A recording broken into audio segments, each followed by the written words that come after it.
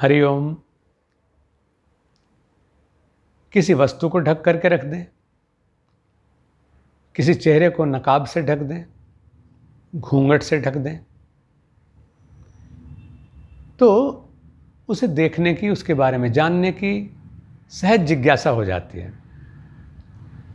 ये जो ढकना है, छुपाना है, ये एक तरह से जिज्ञासा बढ़ाने का साधन है। उन्हें ये नहीं पता जिज्ञासु को कि ये सुरक्षित रखने के लिए कोई चीज़ यहाँ रखी गई है, लेकिन क्योंकि छुपा हुआ है तो देखना चाहिए इसके भीतर क्या है।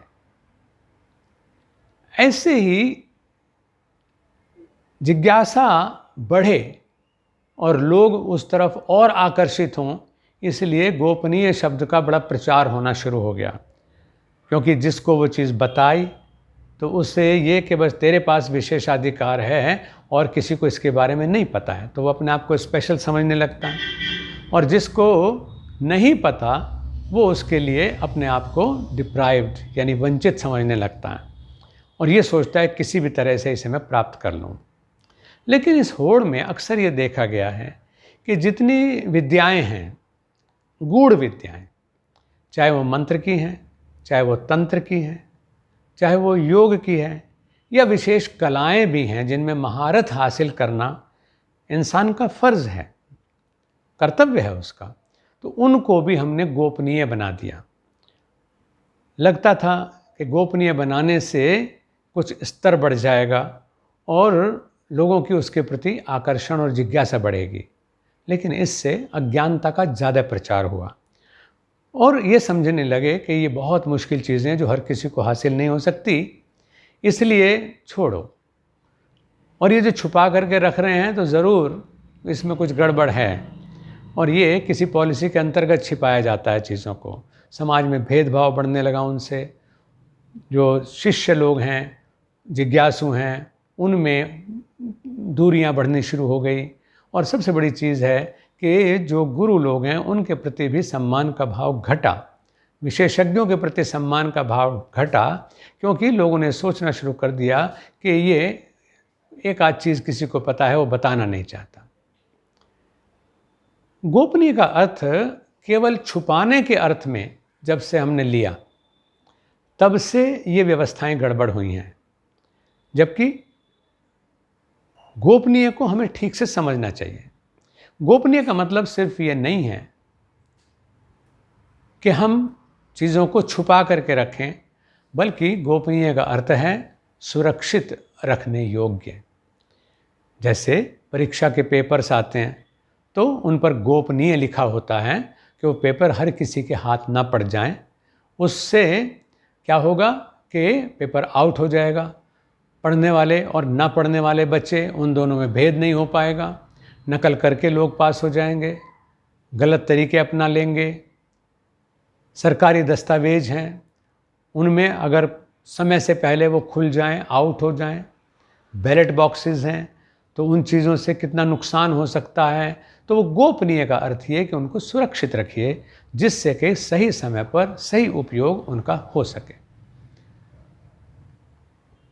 योग के अर्थ में और मंत्रों के अर्थ में, जो कि गुरु शिष्य संबंध के बीच में आते हैं और या फिर परमात्मा और हमारे इंसान के बीच में आते हैं, तो उनको भी गोपनीय इसीलिए रखा गया कि जिससे कि वो सुरक्षित हों। और सुरक्षित उन करने का तरीका सबसे अच्छा है कि हम उसे अपने आचरण में ले लें, अपने व्यक्तित्व का हिस्सा बना लें, हृदयंगम कर लें, आत्मसात कर लें। इसको हम गोपनीय मानते हैं। योग जैसा विषय, और मैंने दूसरी चीज़ कही मंत्रों का विषय, ये वो हैं कि अगर ये फैशन बन जाए, अगर ये रोज़गार का साधन बन जाए, अगर ये दिखावा मात्र बन जाए या सिंबल स्टेटस बन जाए, तो इन विद्याओं का कोई अर्थ नहीं रह जाएगा। क्योंकि जितना ज्यों ज्यों डूबे श्याम रंग, त्यों त्यों उज्ज्वल होए। जितना जितना हम इनके भीतर डूबते हैं और इनको आत्मसात करते हैं अभ्यास के द्वारा, तो उतना ही हमारी जो उज्ज्वलता है, प्रखरता है, प्रतिभा है, उसका विकास होता है। गोपनीय तो बिल्कुल ऐसे जैसे बीज को हम धरती को थोड़ा सा कुरेद करके उसमें छोड़ दें और हल्के से उसको ढक दें, बस नज़र ना आए,